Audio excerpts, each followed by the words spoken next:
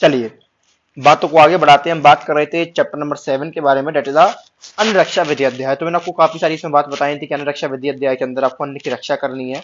अन्न की रक्षा से मतलब ये है कि आपको, जैसे पहले के जमाने में हुआ करता था कि भोजन विष वगैरह हम लगे करते थे राजा को मारने के लिए, तो आपको राजा की रक्षा करनी है। और राजा की रक्षा कैसे होगी? जब आप उसके अन्न को सुरक्षित रखेंगे, उसके अन्न की रक्षा करेंगे। अगर उसके अन्न में कुछ मिला हुआ होगा तो राजा का तो खात्मा होना निश्चित है। इसलिए भाई उसके अन्न को बचाओ तो राजा भी बच जाएगा। पर उन्होंने बताते प्राण आचार्य का कर्तव्य वगैरह, कैसे आप परीक्षा करेंगे, क्या पहचान होती है कि वो विषाक्त भोजन है, कैसे पहचाने, क्योंकि पहले कोई लैब वगैरह नहीं हुआ करता था कि केमिकल मिलाया और वो पीला हो गया, वो हरा हो गया तो पता पड़ गया विष है। पहले हमें कुछ कॉमन सेंस से अपने आचार्यों के ज्ञान के द्वारा, जो विशेषज्ञ हुआ करते थे, वैद्य हुआ करते थे, वो भोजन को देखकर बताया करते थे, जानवरों को खिलाया कर देखा करते थे, अग्नि पर जलाकर पका कर देखा करते थे, और उसके माध्यम से पता लगाया करते थे हाँ भाई विष मिला हुआ है या नहीं मिला हुआ है। इस तरह की बात हमने जानी थी। हमने बात करी थी सबसे पहले त्रिउपस्तंभ के बारे में। त्रिस्तंभ के बारे में कंफ्यूज नहीं होना है। त्रिस्तंभ यानी जो मेन पिलर होते हैं, वात पित्त कफ होते हैं, और त्रिउपस्तंभ जो सपोर्टिव पिलर है वो आहार, निद्रा और ब्रह्मचर्य को बताया गया है। इसके बाद बात करी थी हमने बेसिकली सबसे पहले प्राणाचार्य कर्तव्य। कर्तव्य यही है कि घर के आसपास रहे। विषाक्त भोजन के लक्षण बताए थे कि भाई ऐसा भोजन गाढ़ा हो जाता है, जल्दी नहीं पकता है, जल्दी नहीं छनता है, मोर के कंठ के समान भाप निकलती है, और मोह मूर्छा लाला शराब करवाता है, वर्ण गंध इसमें चेंज हो जाता है, जल्दी ही सूख जाता है, और पानी में उसका जब आप प्रतिबिंब देखते हैं तो वो अधूरा या विकृत दिखता है। ठीक है। मांस रस की चर्चा करी थी कि विष के कारण इसमें नीली रेखाएं दिख जाती हैं। दूध की बात करी थी कि ताम्र वर्ण की रेखाएं आ जाती हैं। दही की बात करी थी कि विष के कारण श्याम वर्ण की। टक्कर की बात करी थी घृत में पानी के समान, मस्तु में कपूत के समान, मध्य और मधु में क्या कहते हैं बताया था कि मध्य के अंदर काले वर्ण की, मधु के अंदर हरे वर्ण की, तेल के अंदर गुलाबी वर्ण की। ये रेखा आपको याद करनी थी। फिर परीक्षा बताई थी आप अग्नि में जलाकर पता लगा सकते हैं। जब अग्नि में जलाते हो तो चट चट की आवाज आती है, और जो अग्नि होती है वो उसको नहीं लगती है, उसकी गंध जो होती है वो कैसी होती है? पंजेंट हो जाती है। साथ ही साथ में उसमें से एक तरीके से कह सकते हो कि जो अग्नि है एक ही डायरेक्शन में घूमती है। ठीक है। पशु पक्षियों खिलाकर भी आप पता लगा सकते हैं। मक्खी खिलाएंगे तो मक्खी मल त्याग कर देगी, सॉरी मल मर जाएगी मक्खी। बंदर मल त्याग करता है, मक्खी मर जाती है। जो कौवा होता है उसका स्वर कम हो जाता है, तोता मैंने का स्वर तेज हो जाता है। हंस जो है वो एक तरीके से लड़खड़ाता है, प्रॉपर चल नहीं पाता। चकोर को गिलानी टाइप की होती है, और क्रॉन्च को मद टाइप का होता है, और कपूत वगैरह ये सब मर जाते हैं। बिल्ली एक तरीके से उद्विग्न एक्साइटेड हो जाती है। ठीक है। और बंदर मल त्याग कर देता है, और मयूर नाचने लगता है, और मयूर की दृष्टि से विष का प्रभाव कम हो जाता है। विषदाता के लक्षण बताए थे भाई, जो विष दे रहा है कैसा होगा? बोलने पर अटकेगा, घबराएगा, पसीना आ जाएगा, और फिसलेगा, डरा हुआ रहेगा, हकलाएगा। ठीक है। उसका जो मुख है ब्लैकिश हो जाएगा। ये सारी बातें आप लोग जनरली देखते भी होंगे कि जो लोग चोरी करते हैं वो कभी भी नजर नहीं मिला पाते हैं, हिचकिचाते हैं बोलने में, पसीने तरबतर हो जाते हैं, और एकदम से इन्हें लगता है कि कोई पकड़ ना ले बस। और बात करी जाती थी, फिर मैंने आपको बताया था कि अगर विष आपकी बॉडी पर टच हो जाता है तो क्या इफेक्ट होगा। कभी हो सकता है वो आपकी स्किन पर ही टच हो, कभी हो सकता है आपने उसको माउथ में रख लिया, हो सकता है वो आपके आमाशय में चला गया, हो सकता है कि पकवाशय में चला गया हो। डिफरेंट डिफरेंट लेवल्स पर डिफरेंट डिफरेंट सिम्टम्स को प्रेजेंट करेगा। अगर आपने उसको अपनी जिब्बा पर रख लिया, या आपने सिर्फ टच करा, तो हो सकता है आपकी स्किन वगैरह पेचिंग वगैरह हो। आपने जिब्बा पर रख लिया तो हो सकता है जिब्बा पे साइड इफेक्ट आएंगे। ठीक है। आमाशय पे प्रभाव अलग आएगा, पकवाशय पे अलग प्रभाव आएगा। तो अलग अलग जगह पे अलग अलग प्रभाव आएंगे। अब स्पर्श से ही क्या कहते हैं, कंडू दहा, अगर टच कर लिया तो कंडू खुजली वगैरह होगी, दहा जलन वगैरह होगी, सुक्ति नमनेस हो सकती है, नखरूम गिर जाएंगे, शोफ वगैरह एडमा वगैरह ये सब होगा। ठीक है। और अगर मुख में रख लिया तो सलाइवेशन वगैरह होगा, जड़ता और दंत हर्ष सेंसिटिविटी, दहा वगैरह ये सब उसमें हो जाएगा। आमाशय में बात करें तो वमन वगैरह, आद्यमन वगैरह ये सब होगा। पकवाशय की बात करें तो कलरफुल क्या कहते हैं, वमन होगा। ठीक है। सामान्य उपक्रम की बात करें, जनरल ट्रीटमेंट में आपको बताया था कि वमन विरेचन करा दो। अगर जो दोष है ऊपर की ओर है या आपके आमाशय में तो वमन करा दो, नीचे की ओर आपके पकवाशय में तो विरेचन करा दो। जनरल ट्रीटमेंट आपको ऐसे फॉलो करना है। उसके अलावा आपको ताम्र भस्म और मधु मिला के दे देना, उसके बाद स्वर्ण भस्म दे देनी है। इसके बाद मैंने आपको स्पेशल ट्रीटमेंट बताया था कि अगर त्वचा पर लग गया है तो भाई कोई चंदन वगैरह का लेप वगैरह लगा दो, ताले उसी जो ठंडे ठंडे औषधियां होती हैं उनके लेप लगा दो। मुख होगा तो उसमें बताया, अगर मुख में चला गया है तो गंडूस वगैरह का सेवन करा दो। आमाशय में चला गया है तो एक तरीके से आपको क्या करना है, वमन करा देना है। पकवाश में चला गया तो क्या करना है, विरेचन करा देना है। ये सारी बात आप लोग ध्यान रखेंगे। विषनाशक द्रव्य बताए थे कि शीरीष होता है, वाकुची वगैरह ये सब होता है। स्वर्ण की बताई थी, स्वर्ण से क्या होता है, अगर आप क्या कहते हैं विष के बाद स्वर्णपान कर लेते हैं तो विष का प्रभाव नष्ट हो जाता है, नुकसान नहीं पहुंचता है। अब बात करेंगे आज से विरुद्धाहार के बारे में। What is the meaning of विरुद्धाहार? देखिए विरुद्धाहार का मतलब होता है इनकॉम्पिटेंट मिक्सचर्स या कॉम्बिनेशंस। जैसे कि आजकल मार्केट में आप देख रहे हो कि क्या कहते हैं, पिज्जा, आइसक्रीम, ठीक है, कोल्ड ड्रिंक, चाउमीन, और भी काफी सारी चीजें आ गई, कोल्ड ड्रिंक और चाउमीन को मिला दे रहे हैं। दारू और अंडे को मिला दे रहे हैं, ना जाने क्या क्या मार्केट में तमाम प्रिपरेशन आ गई हैं, ब्लॉगिंग के नाम पे कुछ भी कर दे रहे हैं ये लोग, ठीक है। तो वही यहाँ पर बताया गया, हमारे आयुर्वेद में इसका विरोध किया गया है कि आपको ये सब नहीं करना, इनसे क्या होता है लंबे समय में आगे जाकर के दोष का प्रकोप होता है। कभी कभी तत्काल मारक भी होते हैं और कभी कभी गर्भ इसके समान लंबे समय मारते हैं। मतलब धीरे धीरे शरीर के अंदर ये जैसे कहते हैं ना पाप का घड़ा बढ़ता रहता है, वैसे ही विरुद्ध आहार का रहता है कि धीरे धीरे शरीर के दोषों को नुकसान पहुंचाते रहते हैं, धातु को नुकसान पहुंचाते रहते हैं। एक समय ऐसा आता है कि शरीर के अंदर भयंकर रोग की उत्पत्ति करते हैं। हो सकता है आज आप जैसे बोला गया है कि दूध और खट्टे फलों को एक साथ नहीं लेना, आप दूध और खट्टे फलों को एक साथ मिलाकर ले रहे हैं।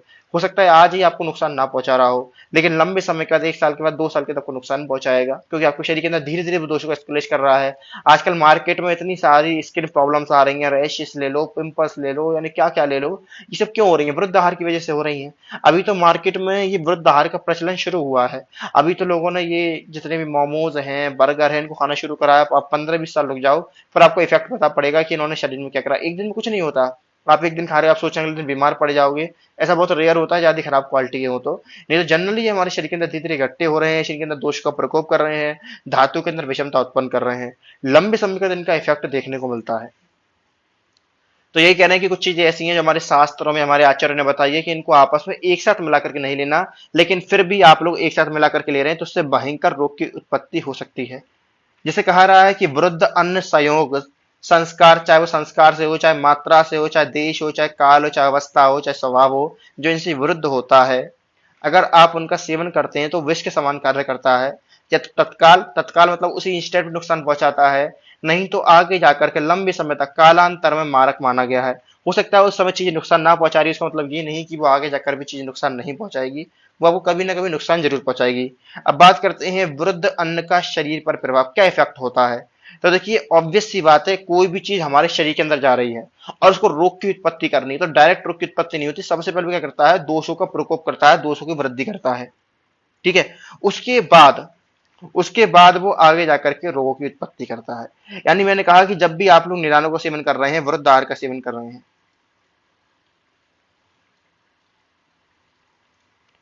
ये वाला निदान का सेवन या वृद्ध आहार का सेवन कर रहे हैं, उससे क्या होता है, दोषों का प्रकोप होता है।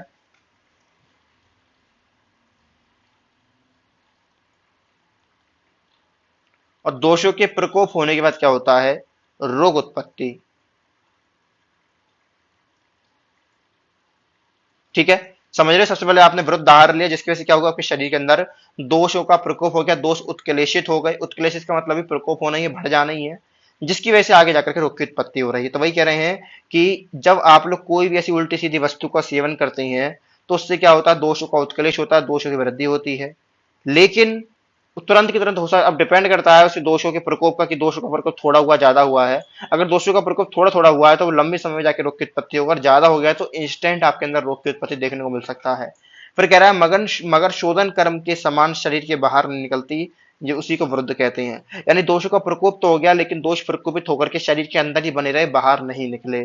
तो यहाँ पर शोधन से इसकी उपमा कंपेरिजन किया गया है, क्योंकि शोधन के अंदर क्या होता है, दोष बाहर निकल जाते हैं। तो उन्होंने कहा, एक तरीके से टेलर दिया, एक तरीके से ताना दिया कि देखो यहाँ पर दोषों का प्रकोप तो हो गया, दोषों की वृद्धि तो हो गई, लेकिन दोष बाहर भी नहीं निकले। क्योंकि जनरली जब हमको दोष बाहर निकालने होते हैं तभी हम दोषों की वृद्धि या दोषों का उत्क्लेश कराते हैं। क्योंकि समस्या ये है, अब आपके सिलेबस से पंचकर्मा को हटा दिया है, वो सेकंड ईयर में रख दिया है आई थिंक, क्योंकि फर्स्ट ईयर में तो संहिता दिन में रखा नहीं है इन्होंने, ना चरक में रखा, ना भागवत में रखा। पहले आपके चैप्टर में जो भागवत हुआ करता था, 30 चैप्टर तक हुआ करते थे, तो वहां पर आपका ये पंचकर्मा आ जाया करता था। तो हम आपको ये सारी बातें पंचकर्मा की बता दी करते थे, लेकिन इस बार पंचकर्मा आपके सिलेबस में ही नहीं है। लेकिन ध्यान रखेंगे, जब भी हम वमन कराते हैं, वमन मतलब उल्टियां कराते हैं पेशेंट को, ये भी एक पंचकर्मा का पार्ट होता है, शोधन क्रिया का पार्ट होता है। और आपको पता है कि शोधन सुपीरियर होता है, क्यों? क्योंकि इसमें दोषों को बाहर निकाल दिया जाता है, और जिन दोषों को शोधन के द्वारा शमन किया जाता है, शोधन शोधन के द्वारा चिकित्सा की जाती है, वो पुनः प्रकोपित नहीं होता, इसलिए शोधन को प्रधान चिकित्सा बताया गया है। अब मैंने कहा कि शोधन के द्वारा आपने दोषों को बाहर निकाल दिया, शोधन के द्वारा आपने दोषों को बाहर निकाल दिया, तो इनका पुनः प्रकोप नहीं होगा एक तरीके से। इस बात का आप लोग ध्यान रखेंगे, ठीक है। अब देखिए थोड़ी बातों को और समझते हैं, मेरी बातों को ध्यान से सुनिएगा और समझने का प्रयास करिएगा। मैंने कहा कि जैसे किसी को वमन कराना है, तो जब भी आप किसी पेशेंट को वमन कराएंगे तो वमन कराने के लिए जरूरी है कि दोषों का प्रकोप हो, दोषों का उत्कलेश हो। अगर दोषों का प्रकोप नहीं होगा, दोषों की वृद्धि नहीं होगी, तो दोष बाहर नहीं निकल पाएंगे। तो जरूरी हो जाता है कि दोषों की वृद्धि करा के दोषों को बाहर निकालने का प्रबंध कराएं, ठीक है। तो ध्यान रखेंगे कि जब भी दोषों को बाहर निकालना होता है, सबसे पहले उनकी वृद्धि कराएं, तब जाकर के उनको बाहर निकालें। ठीक है, इस बात को समझ में आ गया। लेकिन जैसे मैंने कहा कि किसी को वमन कराना होता है तो एक रात पहले दोषों का उत्क्लेश किया जाता है, उसको कफ कारक द्रव्यों का सेवन कराया जाता है, जिससे कफ की और ज्यादा वृद्धि हो जाती है, कफ का उत्क्लेश हो जाता है, फिर जाकर के उसको बाहर निकाल दिया जाता है। देखिए, जब भी किसी का रेजोल्यूशन करो तो उसकी मैक्सिमम स्टेटमेंट, ऐसा नहीं कि आपने कफ को उत्क्लेश ही नहीं किया, उसकी वृद्धि नहीं करी और बाहर निकालने का प्रयास किया तो बाहर निकल नहीं पाएगा, थोड़ा तो निकलेगा, ज्यादा नहीं निकलेगा। अगर आपको कफ को पूरी तरीके से बाहर निकालना है तो उसकी पूर्ण रूप से वृद्धि करनी पड़ेगी। ठीक है, चलिए, तो ये बात हो गई। फिर कह रहे हैं इसके कुछ मुख्य उदाहरण दिए गए हैं वृद्ध आहार की, तो कह रहा है कि चिल मिल मछली दूध के साथ, अगर आप चिल चिल मछली जो है, कि मछली है, वैरायटी है, अगर आप दूध के साथ लेते हैं तो वो भी एक तरीके से वृद्ध आहार में आ जाती है। दूध के साथ खट्टे द्रव्य, कहा था ना, दूध के खट्टे द्रव्य नहीं लेने चाहिए। मधु, घृत, तेल, वसा, जल, इनमें से दो दो या तीन तीन या सभी एक साथ लेना, ये भी वृद्ध आहार में आ जाता है। कि आप शहद घी को मिला दे रहे हैं, तेल को मिला दे रहे हैं, वसा को मिला दे रहे हैं, पानी को मिला दे रहे हैं, इन सबको कॉम्बिनेशन बना दे रहे हैं, ये भी एक तरीके से वृद्ध आहार में आ जाता है। ठीक है, फिर कह रहा है मधु घृत को समान मात्रा में नहीं लेना, समान मात्रा विष के समान होते हैं, असमान मात्रा में ही बढ़िया काम करते हैं, इसलिए कभी भी आपको समान मात्रा में नहीं लेना है इन सब बातों को। ठीक है, चलिए और बातों को आगे बढ़ाते हैं। चिकित्सा मैंने आपको बताई थी कि अगर आपके शरीर के अंदर ऐसा हो जाता है कि दोष की वृद्धि हो रही है या फिर वृद्ध आहार की वजह से शरीर के अंदर रोग उत्पत्ति के चांस हैं, तो आप लोग क्या करेंगे, वमन विरेचन कराएंगे। क्या कराएंगे, वमन विरेचन कराएंगे। फिर कह रहा है प्रतिपक्षी आहार व्यय यानी शमन, और कुपित दोष के प्रतिपक्षी द्रव्यों से क्या हो जाता है, वो शांति हो जाती है। ठीक है, ध्यान रखेंगे इस बात का। और कुल मिला के यही है कि आपकी इसमें चिकित्सा में वमन विरेचन करा देना है, सबसे बढ़िया है। वमन विरेचन से क्या होगा, जो दोष अब तक उत्क्लेशित होकर दूषित होकर के शरीर में पड़े हुए थे वो सब बाहर निकाल जाएंगे और दोष आगे नहीं बढ़ेगा, वहीं कहीं रिजॉल्व हो जाएगा। अब कह रहा है कि वृद्ध योग्य शरीर, वृद्ध आहार योग्य शरीर, कौन लोग ऐसे हैं जो वृद्ध आहार ले सकते हैं। जैसे कि आप लोग कहते हो कि सर काफी सारे लोग ऐसे होते हैं वृद्ध आहार लेते हैं, कोई भी दिक्कत नहीं होती है, तो ऐसे कुछ लोग होते हैं जो ले सकते हैं। जैसे कि जो लोग एक्सरसाइज करते हैं, जिम वगैरह कर रहे हैं, रनिंग कर रहे हैं, पहलवानी कर रहे हैं, तो अगर वो थोड़ा वृद्ध आहार ले भी लेंगे तो उनको नुकसान नहीं होगा या बहुत कम होगा। या फिर जिनकी अग्नि बहुत ज्यादा तीव्र है या जिनका शरीर मजबूत है, बलवान है, तो उनको वृद्ध आहार भी नुकसान नहीं पहुंचा पाता है। तो कुछ एग्जाम्पल्स, कुछ एक्सेप्शंस होते हैं मार्केट में। ऑब्वियस सी बात है, इसकी अग्नि बलवान है, जो डेली व्यायाम कर रहा है, जो जितनी मेहनत कर रहा है, शरीर को मजबूत कर रखा है, बलवान कर रखा है, तो उसके लिए इतना चलता है कि वो अगर थोड़ा वृद्धाहार खा भी ले, ठीक है। लेकिन हर किसी व्यक्ति के लिए जनरल बात करें तो वृद्धाहार नहीं होता है। ठीक है, अब बात करते हैं अपत्य त्याग विधि, यानी किस तरीके से आपको अपत्य का त्याग करना है और पथ्य का सेवन करते जाना है। तो कह रहे हैं अपत्य त्याग विधि में कि जो भी आपने अभ्यास करा है, अभ्यास मतलब जैसे कई बार क्या होता है, कोई चीज हमको सूट कर रही है, कोई चीज सूट नहीं कर रही, लेकिन प्रैक्टिस कर करके हम चीजों को सूट कर लेते हैं। जैसे फर्स्ट ईयर में आप लोग आए थे तो एक पैक में आपको चढ़ जाती होगी, लेकिन जैसे जैसे आप थर्ड ईयर में, फाइनल ईयर में जाएंगे, आपका एक पैक से काम नहीं होगा, आपको 4 या 5 पैक लगेंगे, तब आपको नशा होगा। यानी आपने क्या कर लिया, प्रैक्टिस से, अभ्यास से उसको अपने अकॉर्डिंग ढाल लिया, साथ में कर लिया, सूट कर लिया। तो वही होता है कि कभी कभी क्या होता है कि हम प्रैक्टिस के द्वारा, जैसे दारू गलत चीज है, गलत गंदी चीज है, असात्म चीज है, लेकिन फिर भी आपने उसको प्रैक्टिस के द्वारा अपत्य वस्तु को साथ में कर लिया, सूटेबल कर लिया। पथ्य अपत्य आर डिफरेंट थिंग, साथ में असाथ में डिफरेंट थिंग। पथ्य अपत्य मतलब जो हमारे शरीर के लिए अच्छा है, अपत्य मतलब जो हमारे शरीर के लिए अच्छा नहीं है, साथ मतलब जो सूट कर रहा है, असत मतलब सूट नहीं कर रहा। कभी कभी जो अपत्य आहार होता है, मतलब अहितकर आहार व्यवहार होता है, वो भी हमारे साथ में हो जाता है, वो भी हम उसको अपने अकॉर्डिंग ढाल लेते हैं, लेकिन वो अच्छी बात नहीं है। जैसे कि दारू है, अल्कोहल है, वो तरीके से हमारे लिए अच्छा नहीं है, असाथ में है, लेकिन आपने क्या कर लिया उसको एक तरीके, हमारे लिए वो कैसा है, अपत्य है। अपत्य मतलब अहितकर भोजन है, नुकसानदायक है, लेकिन फिर भी आपने उसको साथ में कर लिया, प्रैक्टिस के द्वारा ढाल लिया। तो अब ये कह रहे हैं कि अगर आपने अभ्यास के द्वारा किसी अपत्य वस्तु को साथ में कर लिया है, मतलब प्रैक्टिस के द्वारा किसी बुरी चीज को, किसी नुकसानदायक वस्तु को अपने अकॉर्डिंग ढाल लिया है, ठीक है, सूट कर लिया है, तो उससे क्या करना पड़ेगा आपको बेसिकली। अब ये मत सोचना कि उसके अकॉर्डिंग ढाल दिया तो उसका सेवन करते जाओ करते जाओ करते जाओ, ऐसा नहीं होना चाहिए। ठीक है, आपको उसको छोड़ देना है। अब छोड़ने की भी एक टेक्निक होती है। हम अल्कोहल की बात कर रहे हैं, आपसे कहा जाए कि आप डेली दारू पिया करते थे एक पैक और एक पूरा खंबा पी जाया करते थे, अब आपसे कही जाए कि एकदम से बंद कर दो, क्या बंद कर पाओगे, नहीं कर पाओगे।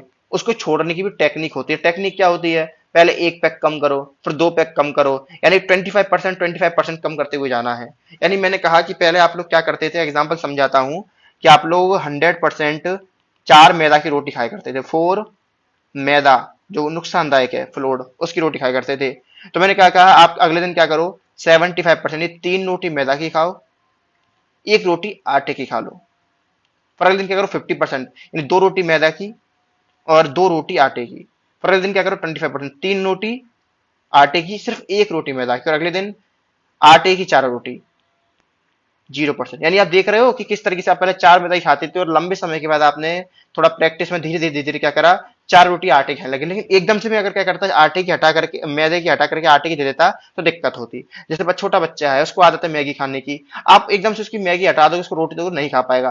पहले थोड़ी सी मैगी कम करो, 1 रोटी खिलाओ, फिर और मैगी कम करो, थोड़ी रोटी बढ़ाओ, फिर और मैगी कम करो, थोड़ी रोटी बढ़ाओ। जब उसको रोटी अच्छी लगने लग जाए, फिर जाकर के मैगी बंद कर दो। तो यही टेक्निक होती है यहाँ पर भी, कि एकदम से आपको अपत्य वस्तु को बंद नहीं करा देना है, धीरे धीरे बंद कराना। तो वही यहाँ पर कह रहे हैं कि पहले 75% से, फिर 25 कम करा, पहले 100 था, 25 कम करा, फिर 75, 25 कम करा, 50, फिर 25 कम करा। इस तरीके से आपको इसका सेवन कराते जाना है।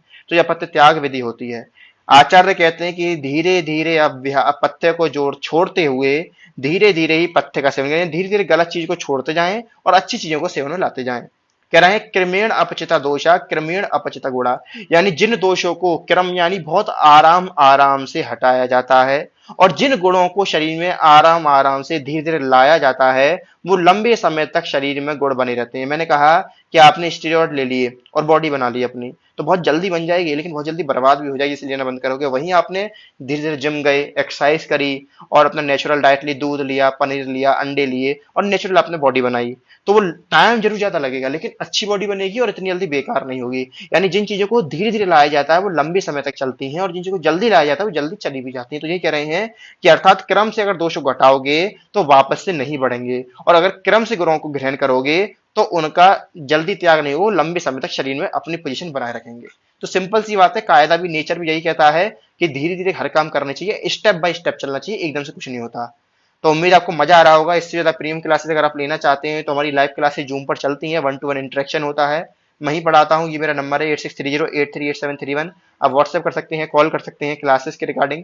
सिर्फ अकेले सभ्यता की नहीं, चरक की क्लासेस और संस्कृत की क्लासेस, पदार्थ क्लासेस, क्रिया रचना, modern subject, pharmacology, anatomy, physiology, सारी क्लासेस हमारी रनिंग में है, चलती हैं, लाइव क्लासेस चलती हैं, लाइव रिकॉर्डिंग हमारे ऐप पर अपलोड रहती हैं। उम्मीद आपको मजा आ रहा होगा। ठीक है, मिलते हैं। चलिए आज के लिए इतना ही।